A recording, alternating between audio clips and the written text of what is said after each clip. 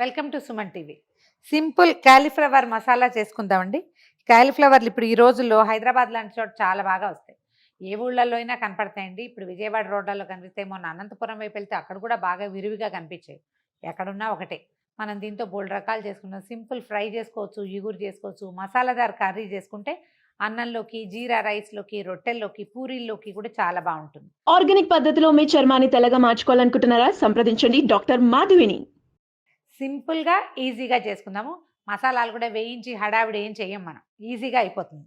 అయితే దీన్ని ఏంటంటే ముందే మనం కాలీఫ్లవర్ని కాస్త గోరువెచ్చటి నీళ్ళలో కాస్త ఉప్పు పసుపు వేసి ముక్కలు తరిగి అందులో పడేసి కట్ చేసేసుకొని పడేసుకుంటే అది ఉప్పు పురుగు ఏమైనా ఉంటే పక్కకి వెళ్ళిపోతుంది. శుభ్రంగా అలా చేసి కడిగి పెట్టాను.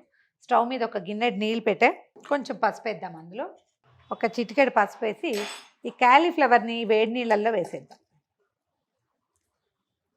ఒక 2 పొంగులు రానిస్తే మనకి కూరకి బాగుంటుందన్నమాట. మెత్త మృదువుగా ఉంటుంది. నూనెలోనే వేపితే రుచి వేరు, ఒకసారి ఉడికిచ్చి మళ్ళీ మనం మసాలాలో వేసుకుంటే ఉండే రుచి వేరు. అబ్జర్వ్ చేయండి. మీకు టైం లేకపోతే నూనెలోనే వేసుకోవచ్చు. టైం ఉంటే కనుక ఇలా చేస్తే బాగుంటుంది. ఈ లోపల మనం ఏం చేద్దామంటే ఓ మిక్సీ జార్లో ఓ పెద్ద ఉల్లిపాయ లేదా ఓ పెద్దది వచ్చినది 2 చిన్న ఉల్లిపాయలు వేద్దాం.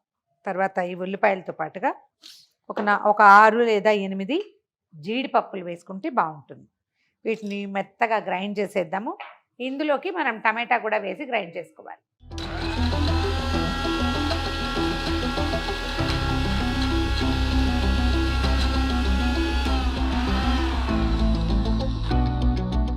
ఉల్లిపాయ జీడిపప్పు గ్రైండ్ అయ్యేసరికి ఒక పెద్ద టమాటా కూడా ముక్కలు చేసి ఇందులో వేసేద్దాము. ఇది మనకి గ్రేవీ కింద పనిచేస్తుంది అనమాట. మీరు కారం ప్రిఫర్ చేసేటట్టయితే అంటే చురుగ్గా ఉన్నా పర్వాలేదంటే ఓ 2 పచ్చిమిరపకాయలు ఇందులో వేసుకోవచ్చు. నేను పైన నూనెలో వేసే అలవాటు నాకు. తీసి పక్కన పెడతారు కదా అనిపిస్తుంది.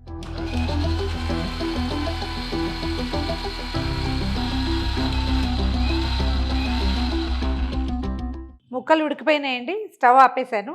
దీన్ని వేరే ఒక నీళ్లు వడబోసే దాంట్లో పోసి ముక్కలు తీసి పక్కన. ముక్కలు కొంచెం పసుపు రంగు వచ్చినాయి కదా, మనం పసుపు వేసాం కదా, వీటిని వడగొట్టి పక్కన పెట్టుకుందాం. ఒక లోతైన మూకుడు ఏదైనా పెట్టుకోండి. కూర అంటే మనకి మసాలా కొంచెం వేగుతుంది కదా, చిటిచిట అని అటు ఇటు పడిపోతుంది. అందుకని కొంచెం డీప్ ప్యాన్ పెట్టుకుంటే సరిపోతుంది. ప్యాన్లో కొంచెం నూనె వేద్దాము. దీనికి కొంచెం నూనె పడుతుందండి. ఆయిల్ లేకపోతే పెద్ద బాగోదు. మా ఫ్రెండ్ ఒకరైతే ఈ ఉడికిచ్చిన కాలీఫ్లవర్ని మళ్ళీ కొంచెం నూనె పోసి వేయిస్తారు. చాలా డిఫరెంట్గా ఉంది, స్మెల్ బాగుంది. నేను ఈజీ మెథడ్ తీసుకుంటాను. తొందరగా అయిపోవాలి మనకి. చాలా లెంగ్దీగా ఏదో అద్భుతంగా అక్కర్లేదు. చకచకా కూర అయిపోవాలి. తినడానికి రుచిగా ఉంటే చాలా అనిపిస్తుంది.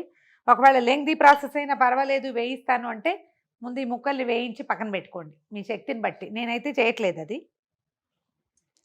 ఒక స్పూను జీలకర్ర వేస్తున్నాను. మసాలాదార్ కూరే కానీ ఆటే మసాలా ఏం కాదండి, కొంచెం మైల్డ్ మసాలానే ఉంటుంది. జీలకర్ర వేగంగానే మనం కాస్త కరివేపాకు వేసుకుందాము. ఇప్పుడు మనము గ్రైండ్ చేసి పెట్టుకున్నాం కదా, ఒకవేళ మీ దగ్గర రోల్ ఉన్నా ఇంకో అమాన్ దస్తా లాంటిది ఉంటే దాంతో కూడా దంచుకోవచ్చు.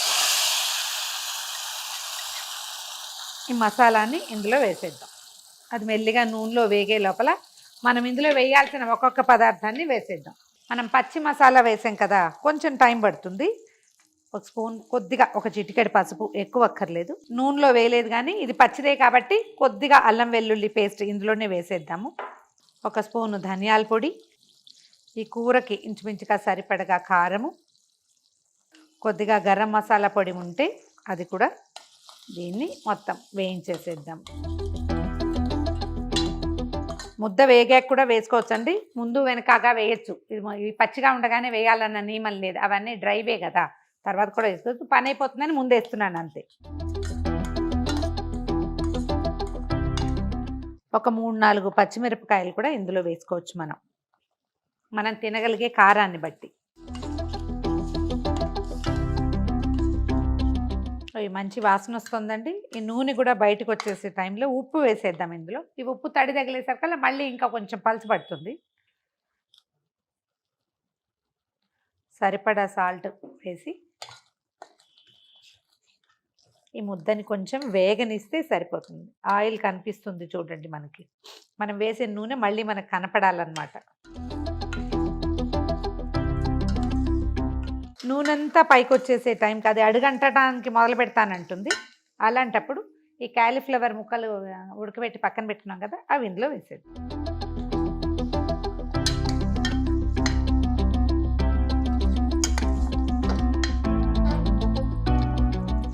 ఇందులో టమాటా పులుపు కాకుండా ఇంకా కొంచెం పుల్లగా కావాలంటే ఒక స్పూన్ పెరుగు వేసుకోవచ్చండి. మీదే చాయిస్, నేను వేయట్లేదు, కావాలంటే వేసుకోవచ్చు.